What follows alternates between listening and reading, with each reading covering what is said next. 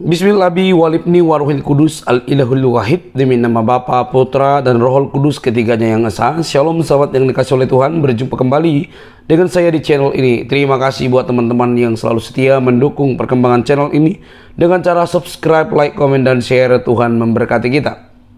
Sahabat yang dikasih oleh Tuhan, perlu untuk dijelaskan kepada Anda semua yang mungkin sangat penasaran dengan Yesus. Sampai kapanpun Anda tidak akan mengenal Yesus jikalau Anda tidak mau terbuka untuk mempelajari Alkitab. Karena kalau Anda mempelajari kitab-kitab lain untuk mengerti Yesus yang tertulis di Alkitab, kemungkinan Anda tidak akan ketemu. Mungkin akan Anda tahu, tapi bukan Yesus yang dituliskan di dalam Alkitab.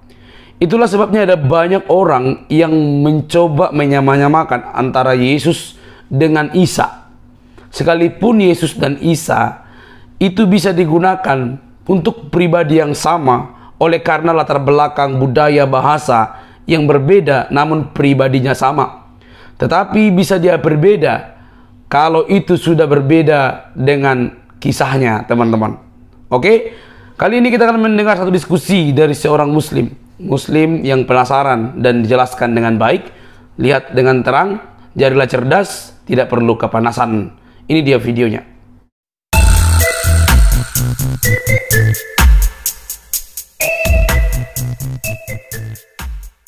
Yang dimuliakan dari lahir sampai matinya. Oke. Terus kalau saya lihat versi Kristen, saya sempat baca-baca dalam buku teman-teman kita Kristen, itu Yesus dari lahir sampai mati itu kayak di mana ya, dihinakan.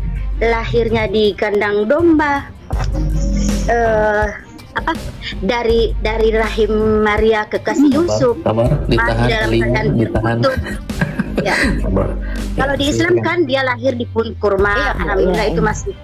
Ya, lahir dari perawan Maria, mati terselamatkan, gitu Pak Elia. Makanya enggak apa-apa. Iya. Justru Bu Fitri Hamzah yang cantik jelita, yang cantik ya. Justru itu semakin menegaskan bahwa Nabi Isa dalam keyakinan Ibu dengan Yesus kami beda toh? Beda. Iya, beda. Iya. Bagus. Karena kita tidak beda karena Yesus di kita itu dimuliakan. Yesus di kita dari lahir sampai mati itu dimuliakan. Ibu tahu enggak sih kenapa Yesus itu sangat direndahkan di dunia ini dalam versi kekristenan? Karena begini, itu menggenapi nubuatan Nabi Yesaya di Yesaya 53. Ya, kita baca ya di Yesaya 53 ya Bu. Yesaya 53 adalah nubuatan tentang Yesus yang akan direndahkan 600 tahun sebelum kelahiran Kristus. Nah, kita lihat isi nubuatan Nabi Yesaya. Ini bukti Allah kami hidup. Yang pertama, siapakah yang percaya kepada berita yang kami dengar, dan kepada siapakah kuasa tangan Tuhan dinyatakan? Sebagai taruk ia tumbuh di hadapan Tuhan, dan sebagai tunas dari tanah kering. Ia tidak tampan. Wah, Yesus ini tidak tampan atau tampak mulia untuk dipandang, dan tidak punya rupa yang membuat kita menginginkannya. Itulah Yesus. Ia dihina, memang sangat dihina, dan dihindari orang. Betul kata Ibu, seorang yang penuh kesengsaraan dan biasa menderita kesakitan. Betul, orang pun menutup muka ketika melihat dia. Betul, demikianlah ia dihina. Yesus kami memang dihina di dunia, dan bagi kita ia tidak masuk hitungan. Enggak level Yesus itu ketika dia di dunia. Sesungguhnya penyakit kitalah yang ditanggungnya, dan kesengsaraan kita yang dipikulnya. Padahal kita mengira dia kena tulah, dipukul dan disakiti Allah. Kita pikir Yesus itu dikutuk dengan dia mati. Orang berpikir, wah Yesus itu dikutuk ketika dia mati. Oh ternyata enggak. Ayat 5, akan tetapi ia ditikam karena pemberontakan kita. Wah, Yesus ternyata ditikam karena dosa kita. Dia diremukkan karena bisa Mbak Elia? Hajaran. Sekali lagi, mohon maaf Elia. Coba perbaiki kata-kata Ibu itu.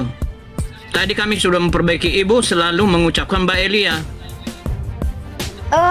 Sorry. Yang sopan sedikit, mohon maaf ya. Biarin aja, nggak apa-apa. Saya bro, Bu Fitri. Sebut namanya saja ya. Iya, Elia saja ya. Elia saja boleh. Oke.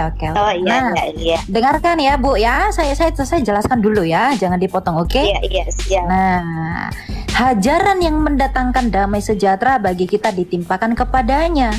Dan karena bilur-bilurnya kita disembuhkan. Oh, ternyata karena darahnya kita disembuhkan.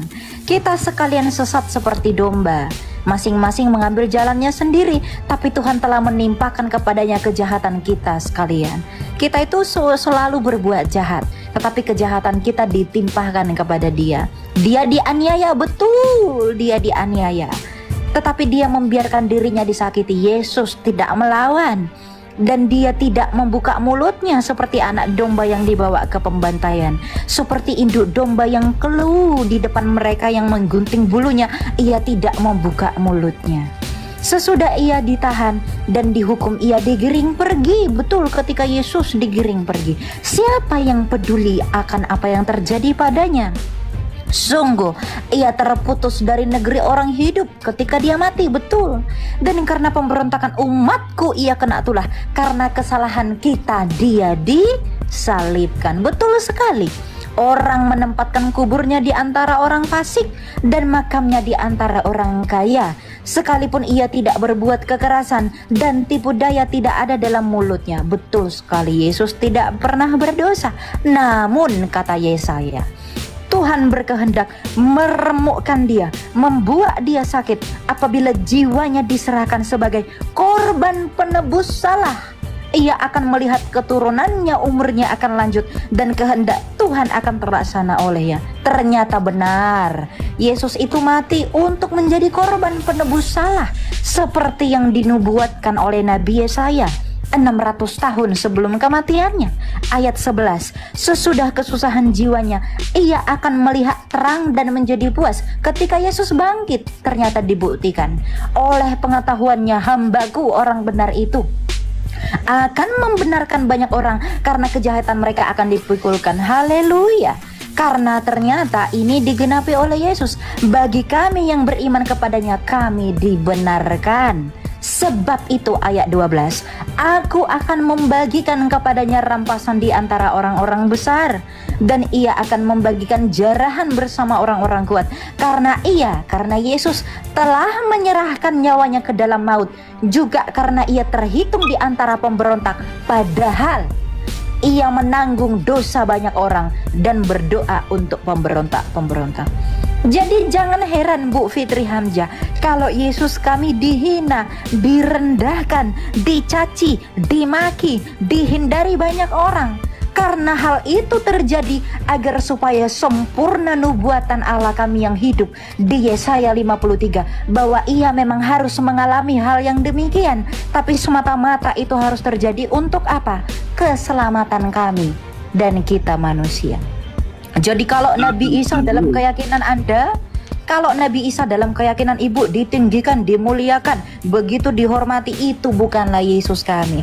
Kami tidak pernah menyangkal bahwa Yesus Kristus Raja kami itu dihina, dicaci, dimaki, dan dihindari orang. Karena dengan itulah Allah itu menyatakan dirinya bahwa Dia adalah Allah yang hidup, bahwa itu harus terjadi menggenapi nubuatan yang Ia berikan melalui perantaraan Nabi Yesaya. Itulah Allah kami.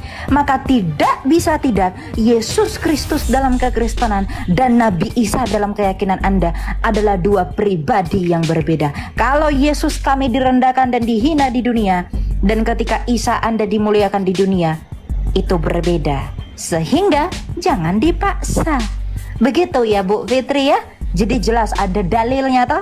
Tadi kan Bro Elia bilang yang mana dia penebus salah. Kalau kita baca di Roma 14 ya, demikianlah setiap orang di antara kita akan memberi pertanggungjawaban tentang dirinya sendiri kepada Allah. Kalau kita sinkronkan dengan dia sebagai penebus salah, itu kontradiksi sama ayat Roma ini. Nah, penebus salah itu maksud Ibu apa? Silakan dijelasin dulu itu teman-teman. Iya, orang bilang tadi yang mana Yesus itu penebus kesalahan umat, seluruh umat. Penebus kesalahan. Bagaimana dengan Roma? Kita mempertanggungjawabkan perbuatan kita sendiri kepada Allah. Mempertanggungjawabkan sendiri. Roma 14:12. Betul. Itu betul, Bu. Tapi maksudnya bukan seperti itu. Yang Yesus lakukan itu adalah menebus kita dari kesalahan dosa asal. Karena semua orang itu punya natur dosa, maka natur dosa itu tuh menyebabkan kita harus dihukum dalam maut. Nah, yang dilakukan Yesus itu adalah mengambil orang yang percaya kepadanya dari kutuk dosa, yaitu kematian. Tapi tetap dosa setiap orang harus dipertanggungjawabkan secara pribadi. Jadi bukan dosa manusia yang diambil Yesus. Yang diambil oleh Yesus adalah manusia dari kutuk dosa, yaitu kematian. Tapi tetaplah manusia bertanggung jawab atas dosanya sendiri. Nah, tetapi ketika di penghakiman, ketika di penghakiman, nanti semua setiap pribadi akan bertanggung jawab akan perbuatannya. Betul. Ibu akan bertanggung jawab di setiap ucapanmu. Saya pun akan bertanggung jawab atas perbuatan saya. Itu betul, itu tidak salah.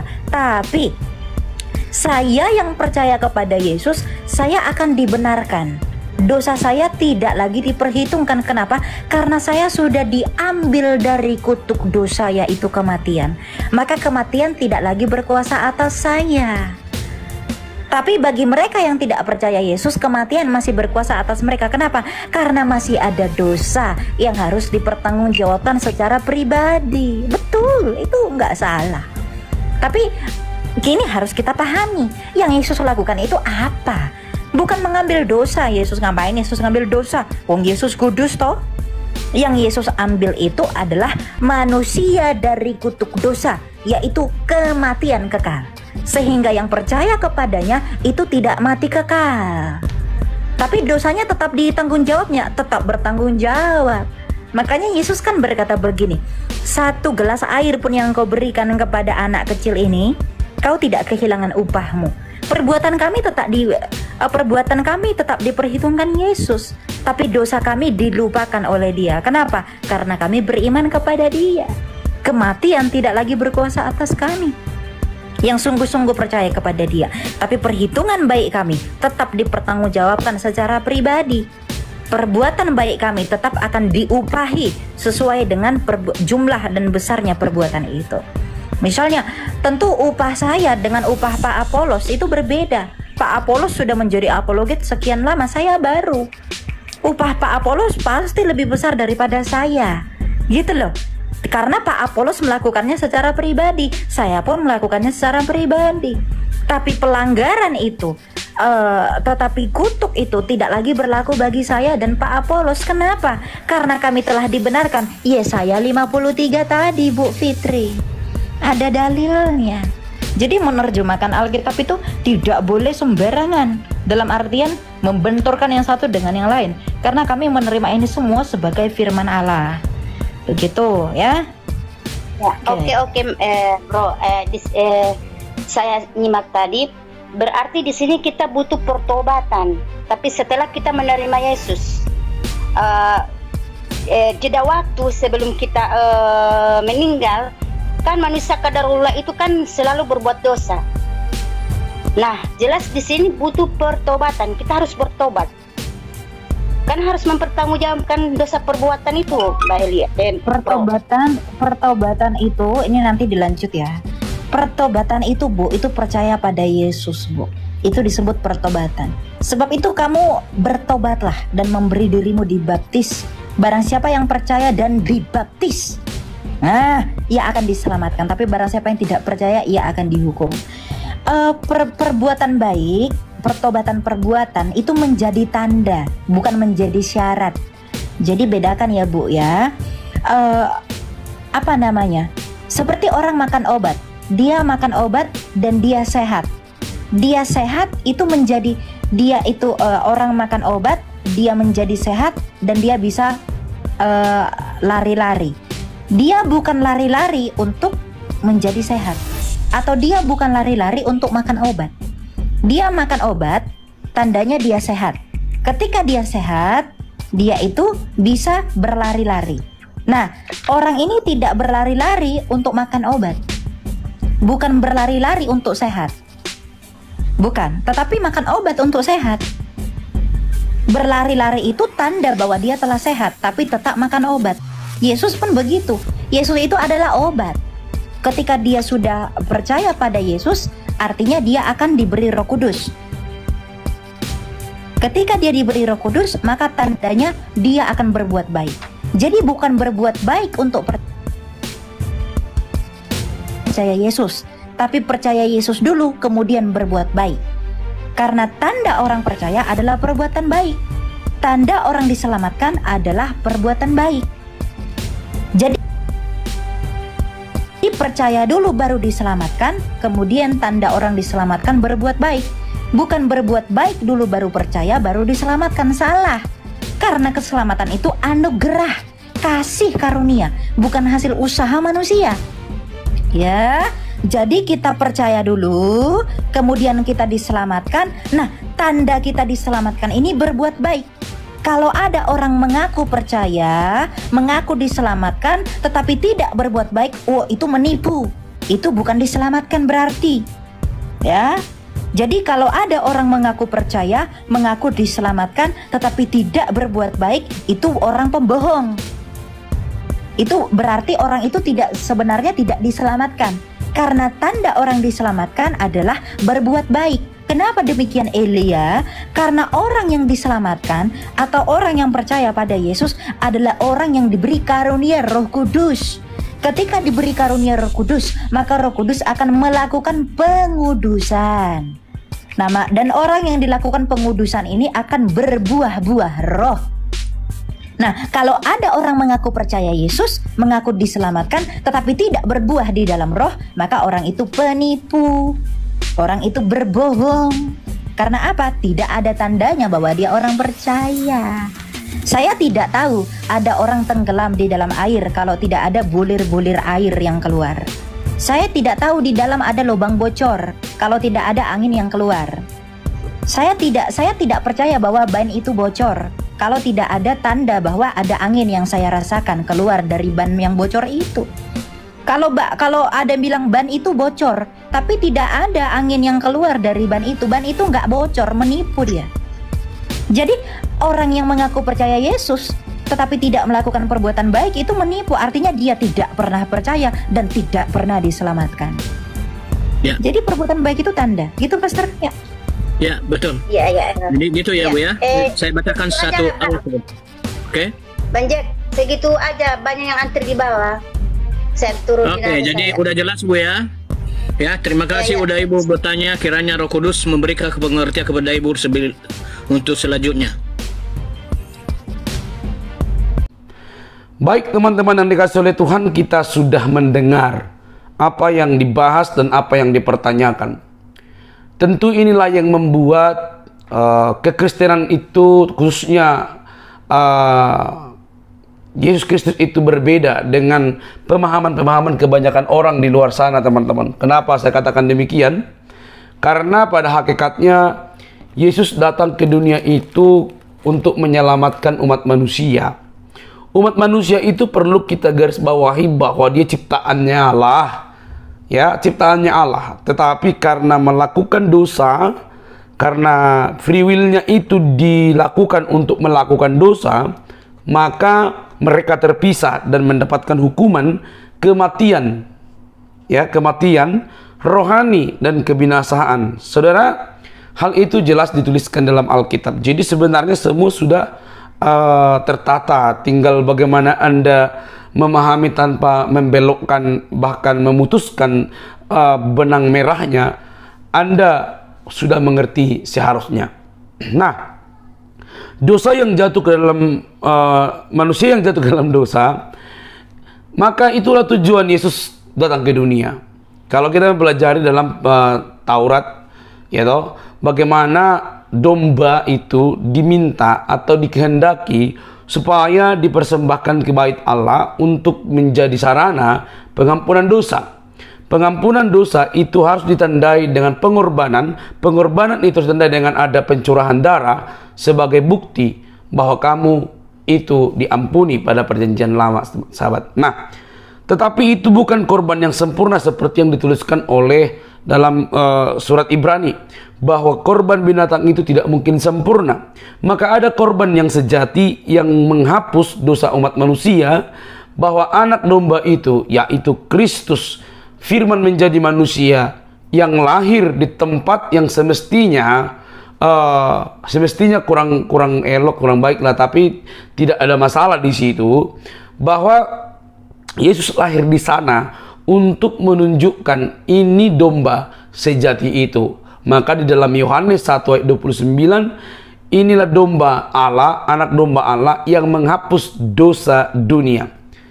Jadi kalau Anda hanya sekedar memikirkan Yesus tidak mungkin hina, Yesus tidak mungkin dibuat seperti ini, tersiksa, mati dengan cara disalibkan, nggak mungkinlah seorang nabi, nggak mungkinlah seorang Tuhan, nggak mungkinlah seorang raja dibuat seperti itu. Benar, itu pemikiranmu. Benar, seperti itulah pemikiranmu. Dan banyak orang juga yang memikirkan demikian. Bahkan kalau kita mau teliti lagi, ahli-ahli Taurat, orang Israel pun berpikir mungkin demikian. Walaupun mereka ada beberapa di antara mereka ahli Taurat, orang pemuka agama yang mengambil andil untuk menyalibkan Yesus. Sahabat yang dikasih oleh Tuhan, mungkin begitulah pikiran kita. Tetapi pikiran Allah berbeda dengan pikiran manusia, itu masalahnya. Pikiran Allah berbeda dengan pikiran manusia. Pikiran Allah jauh melampaui pikiran manusia. Pikiran Allah yang tak terselami itu justru datang dalam diri Yesus yang menjadi manusia, firman yang menjadi manusia, untuk menyelamatkan kita umat manusia dari dosa. Lantas salahnya di mana? Jadi kalau Anda mengatakan, oh Yesus tidak mungkin begini, begitu, ya itu kan Yesus yang kamu kenal. Jadi kalau Anda memahami Yesus seperti yang Anda pahami, misalnya yang tertulis di dalam Quran, misalnya Isa, itu Yesus, itu stop deh, nggak sama, beda gitu ya, beda. Jadi teman-temanku terkasih, itu beda, ya, beda. Jadi janganlah terlalu dipaksa untuk sama, apalagi ribut untuk menyamakan. Oke? Teman-teman, cerita inilah yang dibagikan oleh Elia Miron dan juga yang dibagikan kepada sesama teman-teman muslim. Yang mungkin selama ini ada banyak mereka mengkonsumsi sebuah berita yang kurang akurat dari para mualaf yang mengatakan Yesus itu Nabi Isa. Yesus itu hanya Nabi. Yesus itu bukan hanya Nabi, Yesus itu bukan hanya sekedar Nabi seperti yang Anda pahami, tapi dia Tuhan. Tuhan bukan karena pengakuan manusia, tapi malaikat pun berkata dia Tuhan, karena dia dikatakan sang firman menjadi manusia yang dahulunya, yang sudah ada sejak kekekalan, dan menjadi sama seperti manusia, firman menjadi manusia.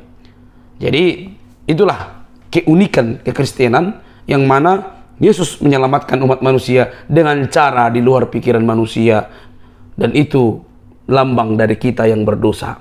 Oke, sampai di sini video saya teman-teman. Jangan lupa untuk mendukung dengan cara subscribe, like, komen, dan share. Sampai ketemu di video selanjutnya. Bye-bye.